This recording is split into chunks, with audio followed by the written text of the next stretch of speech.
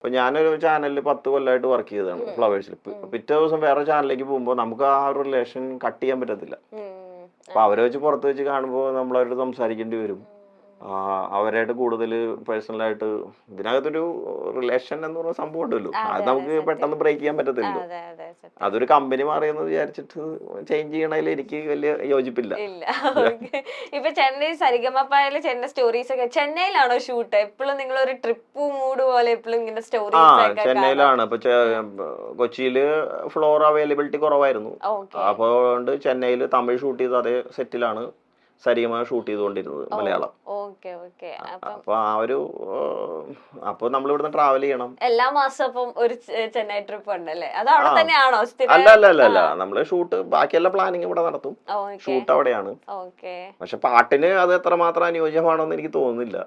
കാര്യം പാട്ട് എന്ന് വെച്ച് കഴിഞ്ഞാൽ ഒരുപാട് പേർക്ക് വോക്കൽ പ്രോബ്ലംസ് ഒക്കെ ഒരുപാട് സംഭവിക്കാൻ സാധ്യതയുണ്ട്.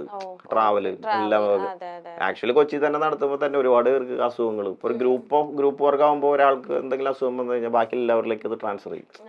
അപ്പൊ പലർക്കും നമുക്ക് എത്രമാത്രം അതിന്റെ ക്വാളിറ്റി കൺട്രോൾ ചെയ്യാൻ പറ്റുന്ന അറിയില്ല.